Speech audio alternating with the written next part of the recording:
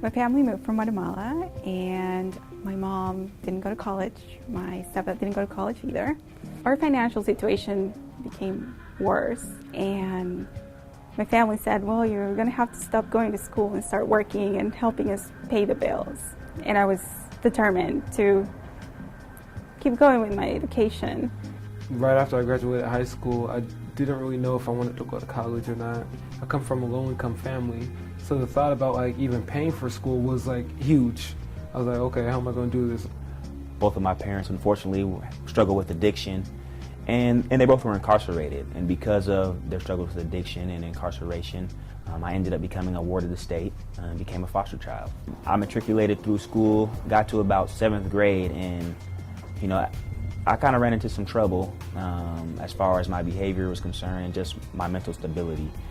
I kind of was at a position where I was 21, and I just knew that I had to make some changes, but I just didn't know how, didn't have the means.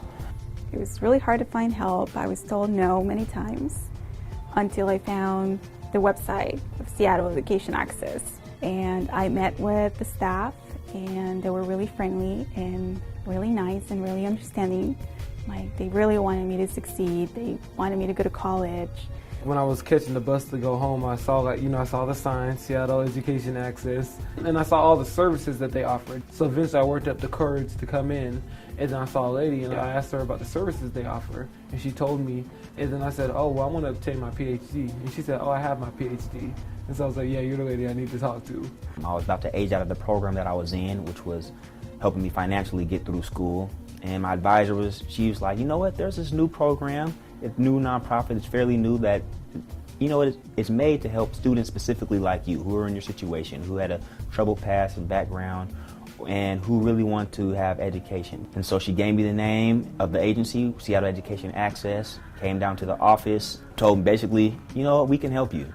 And from then on, the union was born. Seattle Education Access helped me a lot, not only with a scholarship to go to school, but moral support.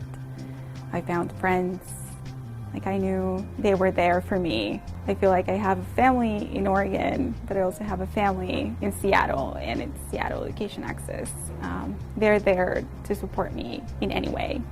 Pauline and the rest of Seattle Education Access helped me a lot, with my essays, with scholarships, with so many things I needed to get into school. She even drove me down to Evergreen, just to take a look at the school. Basically, Seattle Education Access has helped me and also a lot of other students bridge the gap between high school to college. And the agency, SEA, helped me complete my time at Shoreline, get my AA. I graduated with that degree in 2005. They were there for more than just education. Now that I've graduated, I think that I have the responsibility to pass that on, the help that Seattle Education Access gave me. It becomes a community when we all want each other to succeed. Going to college might be hard, but you can do it. Some students get help going to UW, some get help going to Evergreen, some students get help going out of state. But C's a source where people can go to and fulfill their dreams and their goals. All in all, I believe that education is basically life. Seattle Education Access believed in me, even when I didn't believe in myself.